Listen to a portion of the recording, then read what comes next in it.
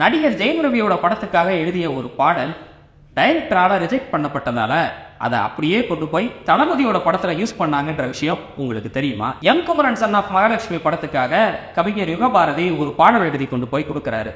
அந்த பாடலை வாங்கி பார்த்த டைரக்டர் இது ரொம்ப கவித்துவமா இருக்குது, இந்த பாடல் வேண்டாம் அப்படின்னு சொல்லி ரிஜெக்ட் பண்றாரு. அதுக்கப்புறமா மியூசிக் டைரக்டர் வித்யாசாகர் ஒரு நாள் யுகபாரதி இவரோட கூப்பிட்டு லிரிக் எதுவும் இருக்குதா அப்படின்னு கேட்கும் போது அவர் இந்த லிரிக்கை கொடுக்கிறாரு.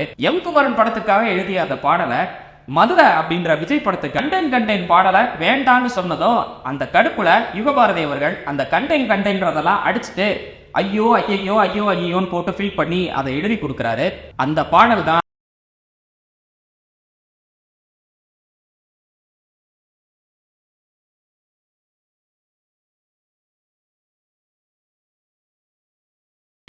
கிட்ஸோட ரொம்ப ஃபேவரட்டான பாட்டு அப்படின்னு சொல்லலாம்.